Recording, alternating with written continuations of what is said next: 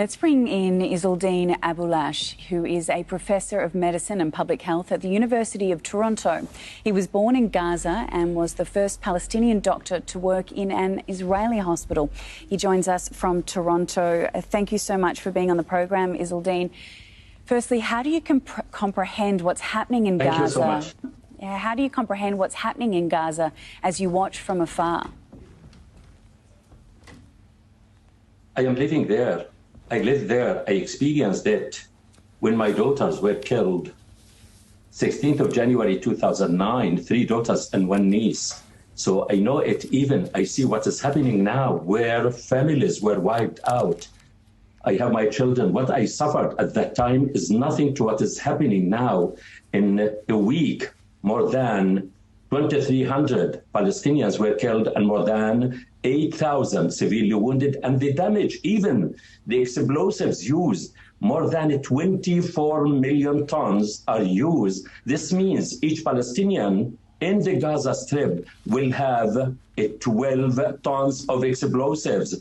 Gaza Strip, as a result of this protracted, cumulative, collective, existential threat and siege, where the life there, it's lifeless, hopeless, jobless, and of course, the life is unbelievable. No one can believe. The Palestinians, I talk to my sisters, my brothers, my family there. At least till now, more than 20 from my family were killed. My first-degree cousin and his 2 sons were killed. Yesterday, my sister-in-law and her daughter were killed. And even yesterday in Jabalia camp from the extended family, from Halawa family, there were 20 Palestinians were killed.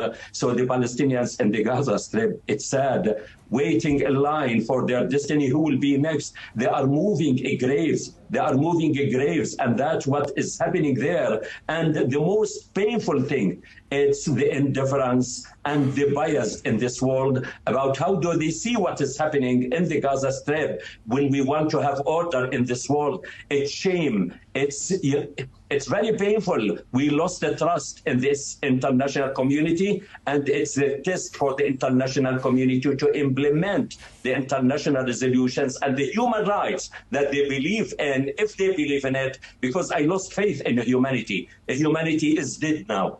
Oh, I'm so sorry to hear for your losses, Izzeldine. Your daughters were killed in 2009 in the Gaza war then. So seemingly no lessons have been learnt in the more than a decade since then. So that's always we say, never again, never again. Even when my daughters were killed and my niece, I thought, and that's what I said, I hope my daughters and my niece will be the last sacrifice in the way to peace, to just peace between Palestinians and Israelis.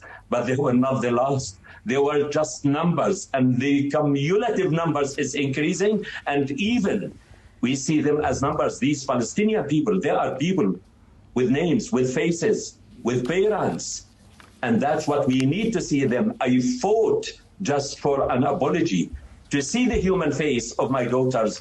Even the apology, I didn't get it, but this will never put me down. The opposite, it makes me more determined. As I see it among our Palestinian people, they are not fighting for the sake of fighting. They are fighting just to survive. They have the right for freedom, because freedom is the most holy and precious thing in the universe. And Palestinians, the only nation which has been tested, no nation has been tested as the Palestinians. On daily life, they are tested. And that's what we need to look at and to improve it. So it's time for the world as the test to have order in this world, to resume trust in the international community, and to move from action and reaction to a sincere, serious, just and biased action, and to see things with 2 eyes, not to be blind with 1 eye.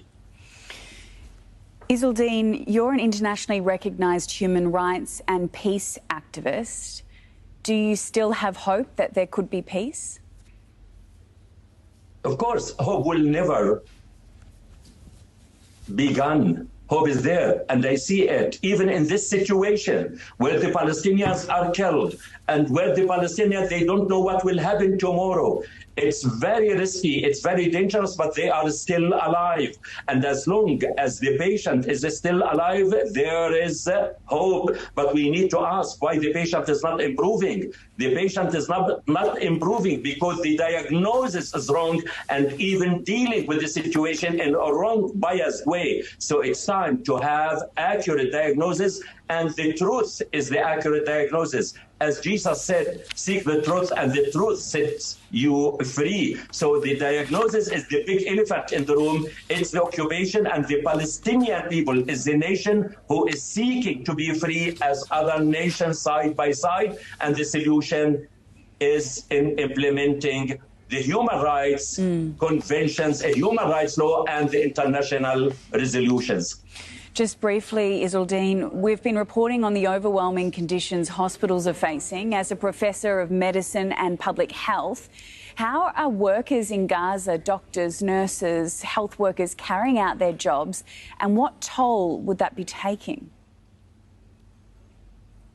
And that's the situation, and it's the world who has to say it's war. Now in Gaza Strip, weaponization of everything, weaponization of water, weaponization of medications, even hospitals to be asked to be evacuated, the roads, the water, the food, the internet. So what else can't be used? As Tali Gotler said, sadly, and the world passed on it, when she said what is remaining to use nuclear weapons. This is the way we want to experience, instead of tackling the right problem and to understand that military means and violence will never put an end. And Palestinians are determined. They are not asking to be taken to the moon. They are asking to live free as equal as any other nation on earth.